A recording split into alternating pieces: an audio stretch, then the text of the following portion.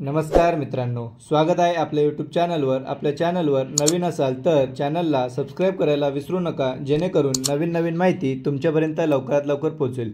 तर विद्यार्थी मित्रांनो, आपण आज या व्हिडिओमध्ये पाहणार आहोत की बृहन्मुंबई महानगरपालिका यांनी 23 एप्रिल 2025 रोजी एक सूचनापत्र प्रसिद्ध केले आहे। त्यामध्ये असं सांगण्यात आलं आहे की बृहन्मुंबई महानगरपालिका कार्यकारी सहाय्यक यांच्या संवर्गातील 1846 पदे रिक्त होती, ती भरण्याकरिता 2 ते 12 डिसेंबर 2024 रोजी वेगवेगळ्या सत्रात परीक्षा झाली होती। त्यानंतर विद्यार्थी मित्रांनो, 8 एप्रिल 2025 रोजी तात्पुरती निवड यादी त्यांनी प्रसिद्ध केली होती। त्याच्यामध्ये 1825 विद्यार्थ्यांचं सिलेक्शन झालं होतं आणि उरलेले 21 उमेदवार त्या यादीमध्ये उपलब्ध नाहीत, कारण की ते त्यांना त्या ज्या कॅटेगरीमधले आहेत ते त्यांना मिळाले नाहीत। त्याच्यामुळे फक्त आता 1825च पदे भरली जाणार आहेत आणि त्यासाठी आता त्यांनी कागद पडताळणीची डेटसुद्धा निश्चित केलेली आहे। त्याचप्रमाणे ज्या विद्यार्थ्यांनी अजूनही ही PDF पाहिली नसेल तर आपल्या टेलिग्रामचं चॅनल आहे स्पर्धा परीक्षा अपडेट विथ शुभम आणि मी अधिकारी असा लोगो आहे। तर विद्यार्थी मित्रांनो, आपल्या टेलिग्राम चॅनलला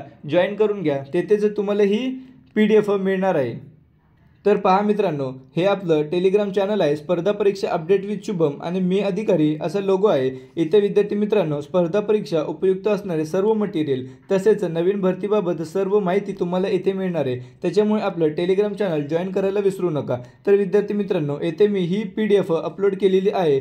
सूचनापत्रक BMC कार्यकारी सहाय्यक कागद पडताळणी आणि दिनांक आहे 5 मे ते 9 मे 2025 रोजी हे कागद पडताळणी होणार आहे। तर तुम्ही इथे आल्यावर ही PDF डाउनलोड करून घ्या। या PDF मध्ये असं सांगण्यात आलेलं आहे की उपरोक्त नमूद केलेल्या तात्पुरती सामायिक निवड यादी 1825 उमेदवारांची तक्ता अ मध्ये येथे नमूद केलेल्या सर्व मूळ शैक्षणिक प्रमाणपत्रे तसेच इतर आवश्यक कागदपत्रांच्या पडताळणीकरिता 5 मे 2025 ते 9 मे 2025 या कालावधीमध्ये खाली नमूद केलेल्या ठिकाणी सकाळी 9:30 ते सायंकाळी 5 वाजेपर्यंत आपली कागद पडताळणी होणार आहे। तरी ज्या विद्यार्थ्यांना ज्या स्लॉटमध्ये आणि ज्या दिनांकाला आपली कागद पडताळणी होणार आहे त्या दिनांकालाच आपल्याला उपस्थित राहायचं आहे, अन्यथा आपली उमेदवारी ही रद्द होणार आहे। त्याच्यावर मित्रांनो, तुम्हाला कागद पडताळणीसाठी कुठे उपस्थित राहायचे आहे तर इथं दिलेलं आहे की Mumbai public school, Bhavani Shankar road, ब्राह्मण सेवा मंडळ जवळ, दादर। म्हणजेच तुम्हाला दादर येथे कागद पडताळणीसाठी जायचं आहे। आणि विद्यार्थी मित्रांनो, इथं लक्षात घ्या की खुल्या प्रवर्गासाठी 2 दिवस दिलेले आहेत, म्हणजेच 5 तारीख आणि 6 तारीख। अनुसूचित जाती यांच्यासाठी 6 तारीख दिलेली आहे। विमुक्त जाती गट अ यांच्यासाठी 6 तारीख, विमुक्त जाती गट ब यांच्यासाठी 7 तारीख, अशा वेगवेगळ्या कास्टसाठी वेगवेगळी तारीख दिलेली आहे। आणि ही कागद पडताळणी 5 ते 9 तारखेपर्यंत होणार आहे आणि आपल्याला दिलेल्या स्लॉटमध्येच आपल्याला तेथे जायचे आहे। त्याचप्रमाणे आता बरेच विद्यार्थी म्हणत असतील की सर कोणते डॉक्युमेंट घेऊन जायचे आहेत, तेही आपण या व्हिडिओमध्ये संपूर्ण सांगणार आहे। तर आपण आता पाहूया की कोणते कागद पाहिजे। तर इथे असं दिलं आहे की 14/8/2024 आणि सुधारित जाहिरात क्रमांक 20/9/2024 यानुसार उमेदवाराने सादर केलेल्या ऑनलाईन अर्जाची हार्ड कॉपी त्याची प्रिंट काढायची आहे।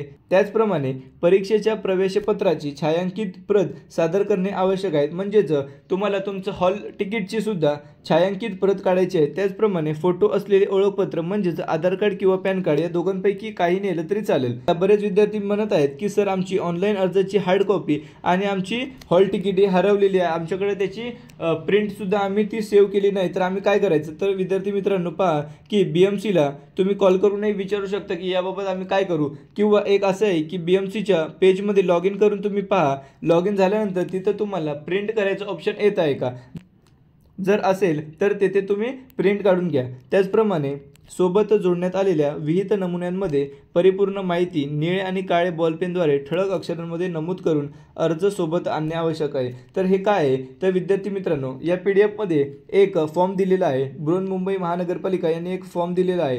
या फॉर्मची तुम्हाला प्रिंट काढायची आहे आणि हा फॉर्म तुम्हाला निळ्या किंवा काळ्या पेनने भरून तेथे तुम्हाला सबमिट करायचा आहे। तर हा फॉर्म कसा भरायचा हा अगदी सोपा आहे। येथे तुम्हाला तुमचे छायाचित्र लावायचे आहे। त्यानंतर इथे कार्यकारी सहाय्यक, इथे तुम्हाला कोणत्या प्रवर्गातून तुमची निवड झालेली आहे हे तुम्हाला इथे टाकायचं आहे। तुमच्या हॉल तिकीटवर ऑनलाईन अर्जाचा क्रमांक आहे तो इथे तुम्हाला टाकायचा आहे। त्याचप्रमाणे ऑनलाईन अर्जानुसार तुमचं संपूर्ण नाव, सर्वप्रथम आडनाव तुम्हाला टाकायचं आहे आणि संपूर्ण मराठीत टाकायचं आहे। त्यानंतर इथं सेम ॲज युज्युअल इंग्लिशमध्ये टाकायचं आहे। त्यानंतर नवीन नाव, बदललेले नाव जर असेल तर ते तुम्हाला इथं टाकायचं आहे किंवा असं तुम्ही सोडू शकता। विवाहित महिला असल्यास त्यांना लग्नापूर्वीचे नाव आणि वडिलांच्या किंवा पतीचे संपूर्ण नाव इथे टाकायचं आहे। त्याचप्रमाणे पत्रव्यवहाराचा पत्ता तुम्हाला इथे टाकायचा आहे, कायमचा पत्ता, ईमेल ID आणि तुमचा मोबाईल नंबर इथे तुम्हाला इथे टाकायचा आहे। त्याचप्रमाणे तुम्ही पुरुष आहात की स्त्री आहेत हे तुम्हाला सिलेक्ट करून घ्यायचं आहे आणि तुमचं जात कोणता आहे, विजा कोणता आहे ते तुम्हाला इथे सिलेक्ट करायचं आहे। त्यानंतर विद्यार्थी मित्रांनो असंच तुम्ही हा संपूर्ण फॉर्म इथे भरून घ्या। त्यानंतर हा तुम्हाला दोन्ही फॉर्मचे तुम्हाला प्रिंट काढून तुम्हाला तिथे सबमिट करायचं आहे। त्यानंतर पुढील डॉक्युमेंट काय लागणार आहेत तर इथं असं दिलेलं आहे की माध्यमिक शालांत परीक्षा गुणपत्रक आणि माध्यमिक शालांत परीक्षा उत्तीर्ण प्रमाणपत्र सादर करणे आवश्यक आहे। म्हणजे 10वी मध्ये आपल्याला 2 सर्टिफिकेट दिले जातात, एक असते मार्कशीट आणि एक असते पासिंग सर्टिफिकेट। हे दोन्ही सर्टिफिकेटचे आपल्याला ओरिजिनल प्लस झेरॉक्स आपल्याला तिथे न्यायचे आहे। त्यानंतर सर्व सेमिस्टरच्या गुणपत्रिकांसह पदवी परीक्षा गुणपत्रक आणि पदवी परीक्षा उत्तीर्ण प्रमाणपत्र सादर करणे आपल्याला आवश्यक आहे। म्हणजेच मित्रांनो आपलं जर ग्रॅज्युएशन झालेलं असेल तर आपले जे 6 सेमिस्टर होतात त्या सर्व सेमिस्टरचे आपल्याला गुणपत्रक, त्याचप्रमाणे आपण फायनल जे आपल्याला सर्टिफिकेट भेटतं तेही तुम्हाला इथं सबमिट करायचं आहे। मान्यता प्राप्त विद्यापीठाचे उत्तीर्ण प्रमाणपत्र सुद्धा तुम्हाला येथे सादर करायचं आहे। त्यानंतर मराठी आणि इंग्रजी टंकलेखक किमान 30 मिनिट प्रति वेगाची परीक्षा उत्तीर्ण झाल्याचं आपल्याला सर्टिफिकेट तेथे सादर करायचं आहे आणि हे सर्टिफिकेट GCC TBC म्हणजेच गव्हर्नमेंट शासनमार्फतच मान्यता असलेलं पाहिजे। त्यानंतर मित्रांनो जर तुमच्याकडे संगणक माहिती तंत्रज्ञान विषयक परीक्षा उत्तीर्ण केल्याचे प्रमाणपत्र असेल तेही तुम्ही तिथे दाखवू शकता। त्यानंतर तुमच्याकडे जात वैधता प्रमाणपत्र म्हणजेच कास्ट व्हॅलिडिटी, जातीचे प्रमाणपत्र, कास्ट सर्टिफिकेट आणि महाराष्ट्र राज्याचे वय दिवस प्रमाणपत्र हेही तुम्हाला तिथे सादर करायचं आहे। त्यानंतर तुमची जन्मदिनांक समाविष्ट असलेले शाळा सोडल्याचा दाखला किंवा तुम्ही जन्म दाखला दोघांपैकी काही तुम्ही तेथे दाखवू शकता। त्याचप्रमाणे तुम्हाला फॉर्म भरताना जे काही इतर आवश्यक प्रमाणपत्रे तसेच अन्य सर्व मूळ प्रमाणपत्राची पडताळणीसाठी सादर करणे आवश्यक आहे। म्हणजेच तुम्ही जे काही फॉर्म भरताना जे काही डॉक्युमेंट अपलोड केलेले आहेत ते सर्वच मूळ कागदपत्रे तुम्हाला पडताळणीसाठी तेथे आणायचे आहे। त्यानंतर बऱ्याच विद्यार्थ्यांनी महिला आरक्षण, माजी सैनिक, प्रकल्पग्रस्त, भूकंपग्रस्त, खेळाडू, अंशकालीन पदवीधर, अनाथ, दिव्यांग या कॅटेगरीमधून फॉर्म भरलेले आहे। तर या कॅटेगरीमध्ये ज्या विद्यार्थ्यांची निवड झालेली आहे तर त्या विद्यार्थ्यांना या कॅटेगरीनुसार ते प्रमाणपत्र, मूळ प्रमाणपत्र तेथे सादर करायचे आहेत। त्याचप्रमाणे अजा आणि अज म्हणजेच SC ST प्रवर्ग वगळता इतर ज्या काही कास्टला नॉन क्रिमिनल सर्टिफिकेट लागतं तर ते नॉन क्रिमिनल सर्टिफिकेट सक्षम प्राधिकरणाने 2023 आणि 2024 या आर्थिक वर्षामध्ये वैध असलेले प्रमाणपत्रच आपल्याला सादर करायचं आहे आणि त्याची आपल्याला 3 छायांकित प्रती आपल्याला तेथे सादर करायची आहे। आता बरेच विद्यार्थी म्हणत होते की सर एप्रिल 2024 म्हणजे आमचं नॉन क्रिमिलियर हे एक्सपायर झालं आहे तर आम्ही काय करायचं, आम्ही नवीन काढायचं का? तर नाही विद्यार्थी मित्रांनो, मी तुम्हाला आधी सांगितलं होतं की जे तुमचं फॉर्म भरते वेळेस जे तुम्ही नॉन क्रिमिनल अपलोड केलेलं होतं जुनं तेच तुम्हाला इथे द्यायचं आहे। आणि विद्यार्थी मित्रांनो एवढं लक्षात घ्या की याची 3 छायांकित प्रत तुम्हाला इथे पाहिजे असणार आहे। त्यानंतर विवाहित महिला उमेदवारांनी विवाह नोंदणी प्रमाणपत्र आणि नावात जर बदल झालेला असेल तर त्याचं राजपत्र तुम्हाला तेथे सादर करायचं आहे। त्याचप्रमाणे जर काही विद्यार्थ्यांनी दिव्यांगामधून जर आपलं फॉर्म भरलेलं असेल तर त्यांना दिव्यांगांचं सुद्धा प्रमाणपत्र तिथे लागणार आहे।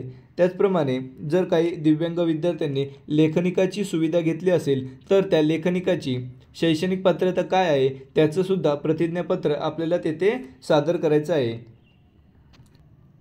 त्याचप्रमाणे वर नमूद केलेल्या सर्व शैक्षणिक प्रमाणपत्रे, इतर आवश्यक कागदपत्रांच्या मूळ प्रती आणि साक्षांकित प्रतीचा एक संच पडताळणीकरिता आवश्यक आहे। म्हणजे जर विद्यार्थी मित्रांनो येथे असं सांगण्यात आलं आहे की जे मी काही डॉक्युमेंट सांगितले आहेत त्या सर्वांचे ओरिजिनल डॉक्युमेंट तुम्हाला पाहिजेत। त्याचप्रमाणे तुम्हाला इथे एक संच सांगितला आहे परंतु एक संच न करता तुम्ही विद्यार्थी मित्रांनो येथे या सर्व डॉक्युमेंटचे 2-2 झेरॉक्स काढा आणि ते वेगवेगळे 2 संच करा आणि त्या सर्व डॉक्युमेंट्सवर तुमची सही असली पाहिजे। त्याचप्रमाणे येथे असं सांगितलं आहे की कागद पडताळणी कार्यक्रमांतर्गत उमेदवाराने गैरवर्तणूक केल्यास तर त्याला अपात्र ठरवण्यात येईल किंवा त्यांच्यावर कारवाई करण्यात येईल। त्याचप्रमाणे उमेदवाराने कागद पडताळणीसाठी स्वखर्चाने यायचं आहे, तुम्हाला कोणताही भत्ता किंवा स्टायपेंड दिले जाणार नाहीये। त्याचप्रमाणे विद्यार्थी मित्रांनो, हा तुम्ही फॉर्म नीट भरून घ्या। जर तुम्हाला फॉर्म भरते वेळेस काही अडचण येत असेल तर विद्यार्थी मित्रांनो, आपल्या इंस्टाग्राम चॅनलची लिंक मी आपल्या डिस्क्रिप्शन बॉक्समध्ये देत आहे, तर तुम्ही इंस्टाग्रामवर मला मेसेज करून तुमचे काही डाऊट असतील ते तुम्ही विचारू शकता। त्याचप्रमाणे विद्यार्थी मित्रांनो, आपलं टेलिग्राम चॅनल स्पर्धा परीक्षा अपडेट विथ शुभम या चॅनलला जॉईन करायला विसरू नका, कारण की येणाऱ्या आगामी भरत्या त्याचप्रमाणे फॉर्म कसा भरायचा हे संपूर्ण डिटेल आपण येथे अपलोड करत असतो। त्याच्यामुळे आपल्या टेलिग्राम चॅनलला जॉईन करायला विसरू नका। व्हिडिओ आवडल्यास व्हिडिओला लाईक, शेअर आणि सबस्क्राईब करायला विसरू नका। धन्यवाद।